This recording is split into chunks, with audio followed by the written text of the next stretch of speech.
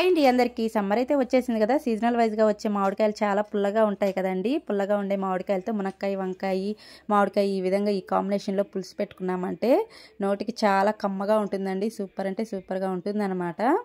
చూసారు కదా, మనం టమాటాలు, మామిడికాయ అన్నీ వేస్తాం కాబట్టి పులుసు అనేది చాలా బాగుంటుంది.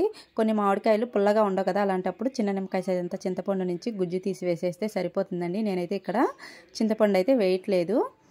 ముందుగా అయితే పాత్ర పెట్టేసుకొని ఒక 2 స్పూన్ల వరకు అయితే ఆయిల్ వేసేసుకుందామండి. ఆయిల్ వేసేసుకొని ఆయిల్ హీట్ ఎక్కిన తర్వాత ఒక 1/2 స్పూన్ ఆవాలు, ఒక 1/2 స్పూను జీలకర్ర, ఒక 1/2 స్పూను మెంతులు వేసుకుందాము. మెంతులు అయితే అస్సలు కంపల్సరీ వేసుకోవాలండి. మెంతులు వేయకుండా ఉంటే పులుసు కూరలు ఏవి కూడా టేస్ట్ ఉండవు అనమాట. మెంతులు వేయడం వల్ల పులుసు కూరలు చాలా అంటే చాలా కమ్మగా ఉంటాయండి.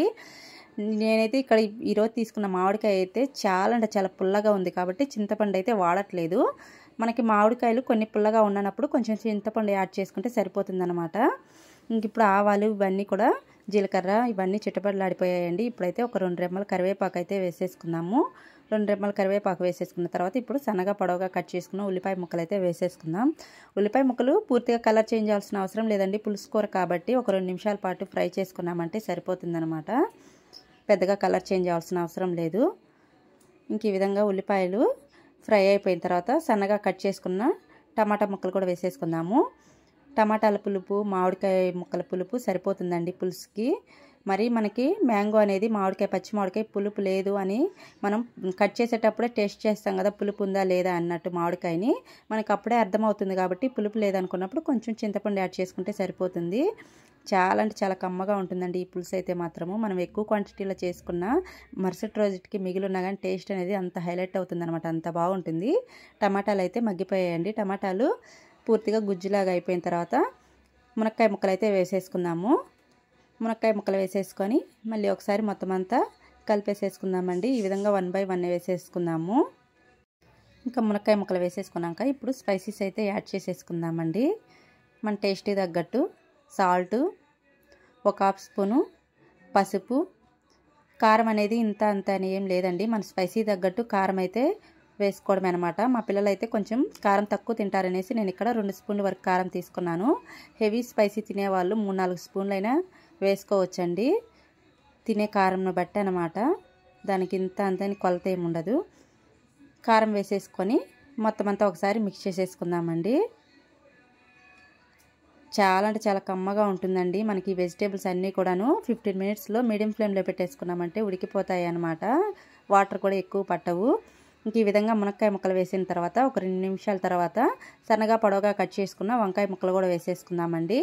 ఇంక ఈ విధంగా అన్నీ కూడా పొడవుగా కట్ చేసి వేసుకున్నామంటే పులుసు కూర మనకి ఉడికిన తర్వాత కూడా ముక్క తీరుగా ఉంటుందన్నమాట.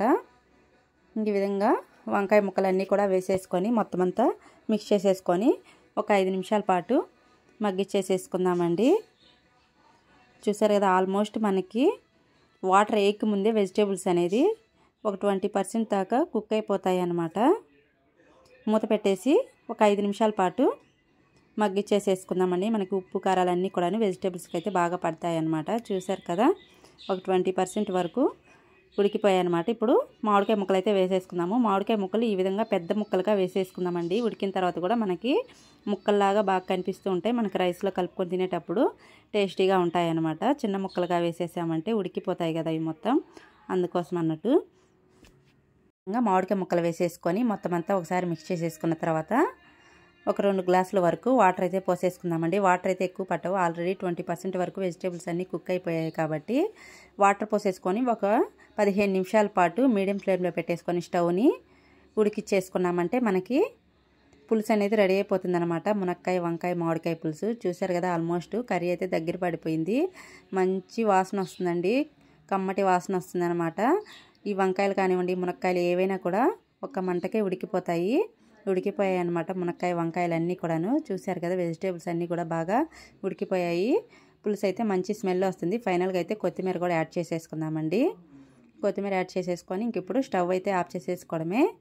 వేడి వేడి రైస్లో వేసుకొని తిన్నామంటే సూపర్ అంటే సూపర్గా ఉంటుంది. డెఫినెట్గా ఒకసారి ట్రై చేసి చూడండి. టేస్ట్ అయితే మీకు కూడా చాలా బాగా నచ్చుతుందండి. మీరు ట్రై చేసిన తర్వాత ఎలా వచ్చిందో నాతో కామెంట్ రూపంలో షేర్ చేసుకోండి. మన వీడియో నచ్చితే లైక్ చేసి, షేర్ చేసి, సబ్స్క్రైబ్ చేసుకోండి. బాయ్ అండి.